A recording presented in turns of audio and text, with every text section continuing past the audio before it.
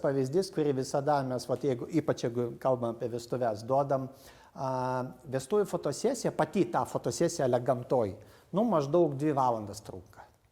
Taip, valandos iki 2. Šiais laikais netrunka. Trunka, dar trunka. Būna dažnai to. Sicilijoje gal trunka? Ne. Ką ilgiau būna?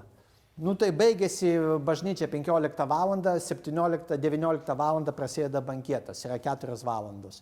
Ten nuvažiuoti ir panašiai, vis tiek to laiko yra.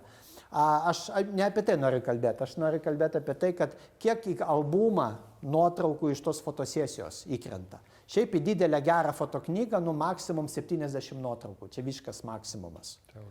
Jau čia yra per daug.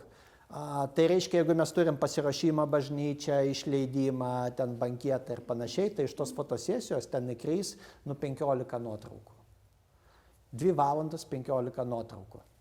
Reiškia, per valandą 6 nuotraukos, 7 nuotraukos. Tai reiškia, apie 8-9 minutės nuotraukai yra jum realiai vestuvėse, niekur neskubant tam poreikiui. Pasakykit man, kas 8 minutės galvoja ir paskui 10 sekundžių fotografuoja. Ne, aš irgi netiek iškreipėlis, aš galvoju daug. Bet pas mane kiti jau procesai, aš tiesiog jau kitaip galvoju, jau patirtis leidžia ir panašiai. Bet daugelis iš mūsų tiesiog netgi tos minutės neskiria.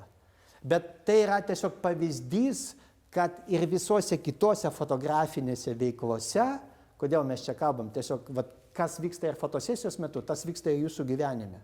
Jūs irgi neskiriat laiko ir sukatės tame rate, sukatės.